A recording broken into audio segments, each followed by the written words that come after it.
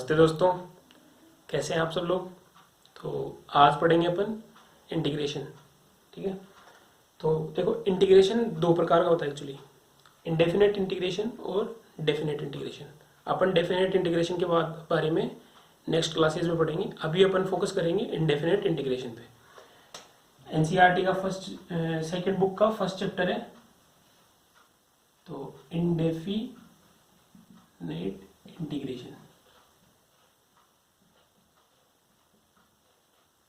ये अपन पढ़ेंगे। अपन indefinite integration क्या होता है? डिफरेंशिएशन का इनवर्स प्रोसेस होता है। अब डिफरेंशिएशन तो अपन ने पढ़ा ही है, तो देखो डिफरेंशिएशन जैसे डी अपॉन डी एक्स है, साइन एक्स मेरा फंक्शन है, इसका इंटीग्रेशन क्या डिफरेंशिएशन क्या होगा? Cos x. अभी मैंने बोला कि जो इंटीग्रेशन होता है वो डिफरेंशिएशन का इनवर्स प्रोसेस होता है। अगर इंटीग्रेशन डिफरेंशिएशन का इनवर्स प्रोसेस है तो ये जो कोस एक्स है इसका इंटीग्रेशन क्या होना चाहिए? Sine x. क्यों? क्योंकि सर साइन एक्स का डिफरेंशिएशन कोस एक्स है, तो इसका इनवर्स क्या हो जाएगा? कोस एक्स का साइन एक्स हो गया। यानी इंटीग्रेशन का इनवर्स प्रोसेस डिफरेंशिएशन है, तो कोस एक्स का इंटीग्रेशन क्या हो गया? Sine x. या और भी कोई अगर अदर एग्जांपल ले लें अपन, जैसे e की पावर x है, तो इसका e की पावर x। अब e की पावर x का डिफरेंशिएशन e की पावर x होता है, और e की पावर x का ही इंटीग्रेशन क्या होगा? वापस e की पावर x। और भी हम ऐसे कोई भी एग्जांपल ले सकते हैं, जैसे ये x स्क्वायर है, इसका इंटीग्रेशन, इसका डिफरेंशिएशन अगर 2x है, यानी अपन क्या कह सकते हैं कि सर 2x का इंटीग्रेशन क्या होगा? x square. अब देखो साइन एक्स का डिफरेंशिएशन कोस एक्स है। अगर मैं यहाँ पे साइन एक्स प्लस 1 ले लू तो इसका डिफरेंशिएशन भी क्या आएगा? अपने को पता है कोस एक्स, क्योंकि 1 तो कांस्टेंट फंक्शन है, कांस्टेंट का डिफरेंशिएशन क्या होता है? 0, तो कोस एक्स ही वापस डिफरेंशिएशन आ जाएगा। यानी इस कोस एक्स का इंटीग्रेशन क्या हो सकता है? सर साइन एक्स भी हो सकता है और साइन एक्स प्लस 1 भी होगा। क्यों? क्योंकि इंटीग्रेशन क्या है? डिफरेंशिएशन का इनवर्स प्रोसेस। ऐसे ही मैं क्या करता हूं, साइन एक्स की जगह कोई अदर कांस्टेंट ले लेता हूं, जैसे मान लो यहाँ की जगह मैं 10 ले लूं, इसका भी डिफरेंशिएशन क्या आएगा? Cos x. यानी मैं कह सकता हूं कि सर कोस एक्स का इंटीग्रेशन साइन एक्स प्लस 10 भी हो सकता है। ऐसे ही मैं कह रहा हूं यहां पे कांस्टेंट की वैल्यू बदलता जाऊं, या मैं क्या करता हूं यहां पे कोई कांस्टेंट एक फिक्स ले लेता हूं। अब अगर मैं इसका डिफरेंशिएशन करूंगा तो मेरे पास क्या आएगा? इसका डिफरेंशिएशन कोस एक्स। देखो कोस एक्स, साइन एक्स का डिफरेंशिएशन कोस एक्स, तो इसका कोस एक्स का इंटीग्रेशन साइन एक्स। यहां से कोस एक्स का इंटीग्रेशन क्या होगा? Sine x plus 1। Cos x का इंटीग्रेशन साइन एक्स प्लस 10। तो क्या मैं कह सकता हूं कि सर कोस एक्स का इंटीग्रेशन केवल साइन एक्स ना हो कि क्या हो सकता है? साइन एक्स प्लस कोई भी कांस्टेंट हो सकता है, 0 1 2 3 कोई भी रियल वैल्यू। यानी अगर साइन एक्स प्लस सी का डिफरेंशिएशन कोस एक्स है, सी यहां पे क्या है? कांस्टेंट वैल्यू है, और अपने को पता है कांस्टेंट का डिफरेंशिएशन 0 होता है। तो क्या मैं ये कह सकता हूं कि कोस एक्स का इंटीग्रेशन क्या होने वाला है? Sine x plus c. ठीक है। तो मैं ये कह सकता हूं क्या? d upon d x f x plus c, कोई फंक्शन कैपिटल एफ एक्स है, इसका डिफरेंशिएशन अगर स्मॉल एफ एक्स है, तो मैं ये कह सकता हूं कि इस एफ एक्स का इंटीग्रेशन हमेशा क्या होगा? एफ एक्स प्लस सी। यानी integration of F x D x हमेशा मेरे पास क्या आएगा? एफ एक्स प्लस सी, जहां पे ये सी मेरा क्या है? इंटीग्रेशन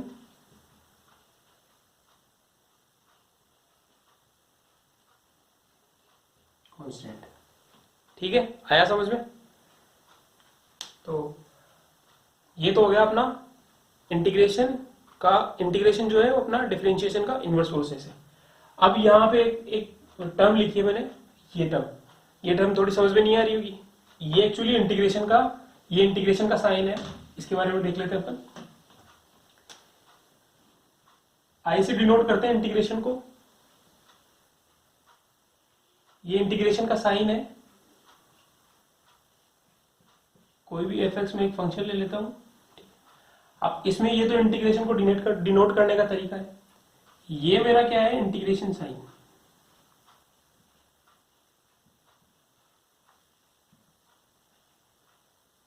ये मेरा फंक्शन, ठीक है। और इस पूरे प्रोसेस को बोलते हैं अपन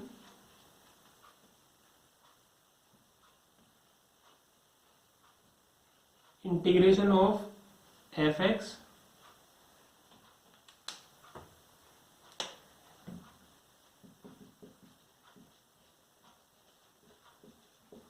विद रेस्पेक्ट टू एक्स, ठीक है। और यहां पे एक्स क्या है मेरा, वेरिएबल ऑफ एफ, या सॉरी एफ तो है ही, एफ एक्स का एफ का वेरिएबल तो है ही, वेरिएबल ऑफ इंटीग्रेशन, सॉरी। तो ठीक है, तो जो इंटीग्रेशन अपने पास लिखा हुआ था उसमें क्या क्या चीजें होती हैं, इसको अपन इंटीग्रेशन साइन बोलते हैं। ये मेरा फंक्शन है, कोई भी एफ एक्स फंक्शन है जिसमें एक्स क्या है, वेरिएबल ऑफ इंटीग्रेशन। और इस पूरे प्रोसेस को अपन बोलते हैं integration of F x with respect to X. अब कोई मेरे को ये पूछे कि सर क्या यहाँ पे नेसेसिटी है क्या ये एक्स ही होना चाहिए, तो ऐसा नहीं है। यहाँ पे ये जो वेरिएबल ऑफ इंटीग्रेशन है वो कुछ भी हो सकता है, आप कोई भी वेरिएबल मान सकते हो। यहाँ कोई नेसेसिटी नहीं है कि एक्स ही हो, यहाँ पे ए भी हो सकता है, बी भी हो सकता है, वाई भी हो सकता है। आपको कहीं ऐसा लिखा हुआ मिल जाएगा कि sir integration of F of A D, बिल्कुल सही है, इसमें कोई प्रॉब्लम नहीं है, ये इंटीग्रेशन होगा। बस इसको अपन क्या बोलेंगे, integration of f with respect to a, ठीक है।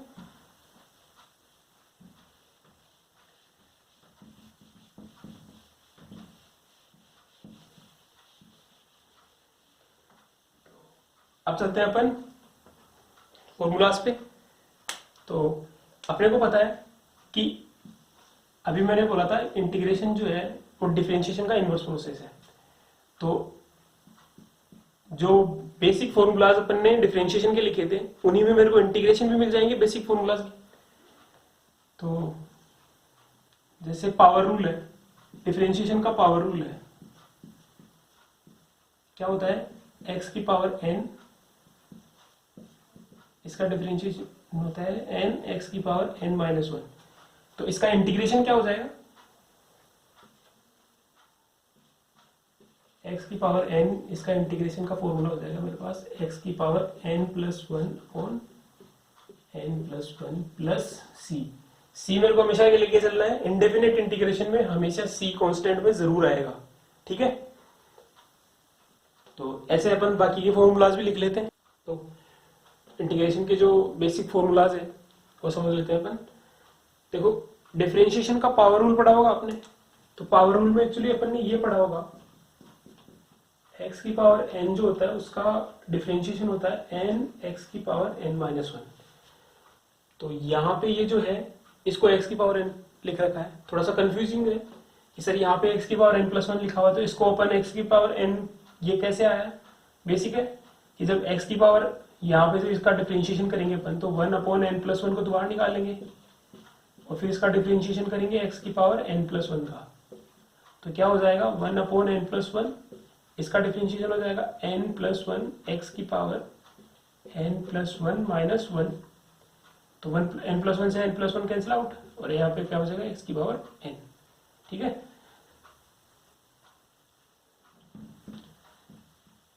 तो एनसीईआरटी में जो ये दे रखे हैं फॉर्मूलाज थोड़े डिफरेंट चेंज करके, जैसे कईयों में साइन माइनस दे रखा है, जैसे अपन ने पढ़ा होगा D upon d x, cos x का डिफरेंशिएशन होता है माइनस साइन एक्स।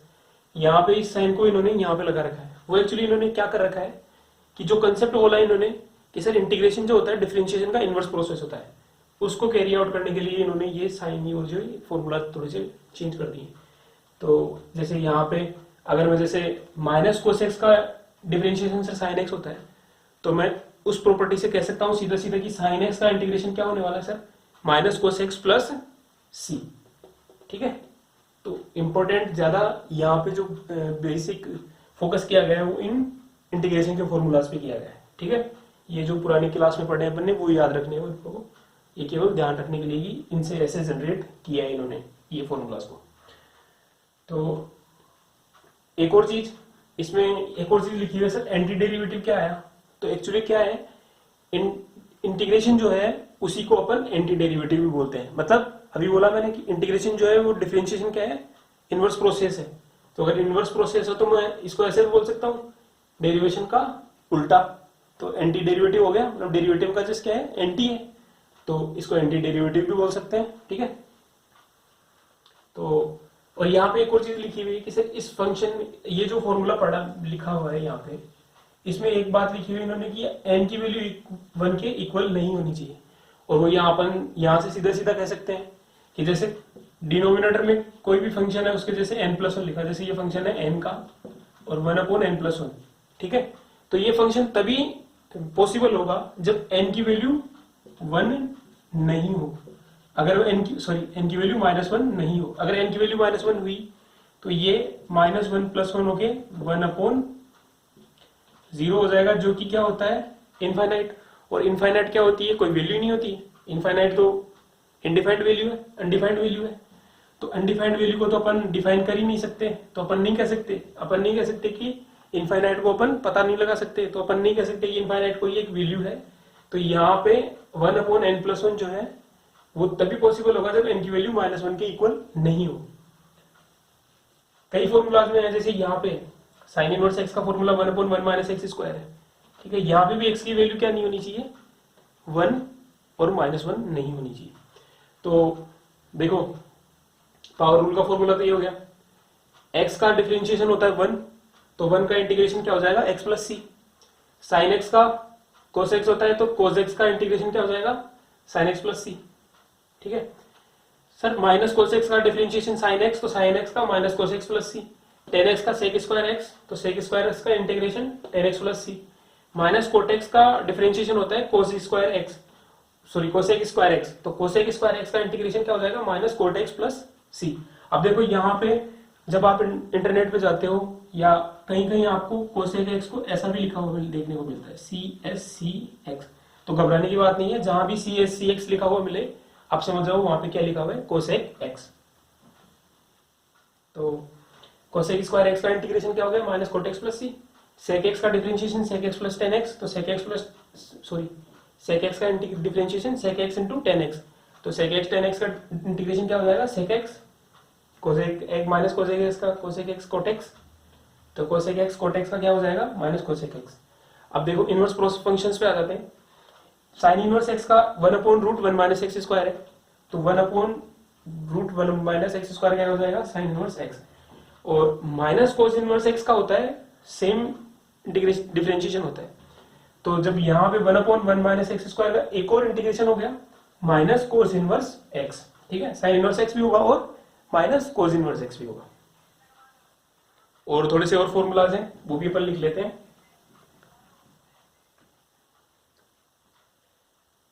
बाकी के फॉर्मूलाज भी देखते हैं। tan इनवर्स x का डिफरेंशिएशन 1/1 + x², तो 1/1 + x² का इंटीग्रेशन क्या हो जाएगा, tan इनवर्स x। और जब यहाँ पे माइनस साइन के साथ cot इनवर्स x आएगा तो भी 1/1 + x² का डिफरेंशिएशन होगा, तो 1/1 + x² का इंटीग्रेशन एक और क्या हो जाएगा, माइनस cot इनवर्स x। ठीक है, इनको दोनों को ऐसे ही याद करना है जॉइंट में कि tan इनवर्स के साथ cot इनवर्स x को, क्योंकि दोनों का डिफरेंशिएशन क्या होता है, सेम। ठीक है, तो आसानी से याद हो जाएगा। sec इनवर्स x का डिफरेंशिएशन 1/x√x² - 1, और यही cosec inverse x minus cosec inverse x का। तो जब 1/x√x² - 1 का इंटीग्रेशन करेंगे तो क्या क्या आएगा मेरे पास, sec इनवर्स x भी आएगा और माइनस cosec में आएगा तो minus cosec inverse x + c। e⁻x, इसका डिफरेंशिएशन भी e⁻x होता है, पर इंटीग्रेशन भी क्या होता है, e⁻x का e⁻x ही। log x का डिफरेंशिएशन क्या होगा, 1/x, तो 1/x का इंटीग्रेशन क्या हो जाएगा, log x। यहां पे एक चीज ध्यान रखना आप लोग, यहां पे जो ये log x है ये कहां है, e बेस में है। e बेस में जब log होता है अपने उसको क्या बोलते हैं, natural base, log e x। इसको तो बोलते हैं अपन नेचुरल, और जब लोग में अपने 10 होता है तो उसको बोलते हैं अपन कॉमन लोग। ठीक है, तो अपने को ध्यान रखना है कि जब अपन इंटीग्रेशन पढ़ेंगे तो वहां पे बेसिकली जो यूज आ रहा है वो हमेशा ही क्या आएगा, नेचुरल लोग का। तो इन्होंने एनसीईआरटी में कहीं भी यहाँ पे क्या कर रखा है, यहाँ पे कहीं भी बेस नहीं लगा रखा। तो अपन कोई भी क्वेश्चन ऐसा है, आगे अपन ऐसे क्वेश्चंस करेंगे जिनमें क्या होगा, अपने को इस लोग को कॉमन बेस में बदलने की जरूरत पड़ेगी, या कहीं पे कोई क्वेश्चन आ जाए कॉमन बेस का तो उसको लोग ई की पावर में ई बेस में कन्वर्ट करने की जरूरत पड़ेगी। तब अपने को ये ध्यान रखना है कि अपना जो ये लोग है वो हमेशा किस बेस में रहेगा, ई बेस में। ठीक है, तो ये तो हो गया लोग का। फिर ए की पावर एक्स अपॉन लोग ए, इसका डिफरेंशिएशन ए की पावर एक्स है, तो ए की पावर एक्स का इंटीग्रेशन क्या हो जाएगा, ए की पावर एक्स अपॉन लोग ए प्लस सी। तो ये तो हुए अपन अपने कुछ बेसिक फॉर्मूलाज।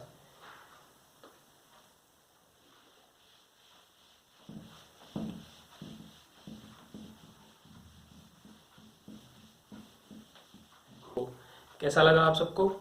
अगर आपको लगता है कि मैंने इस टॉपिक को अच्छे तरीके से समझा है और आपको ढंग से समझ में आया है तो प्लीज़ मेरे चैनल को लाइक कीजिए, इस वीडियो को शेयर कीजिए और मेरे चैनल को सब्सक्राइब भी कीजिए। और अगर आपको कोई क्वेरी है, मैंने जो भी पढ़ाया है उसमें अगर आपको कोई डाउट है या कोई ऐसा चीज़ हो जो आपको समझ में नहीं आई हो तो आप कमेंट बॉक्स में कमेंट कर सकते हैं। मैं आपके उस हर क्वेरी का आंसर देने की कोशिश करूँगा। Thank you.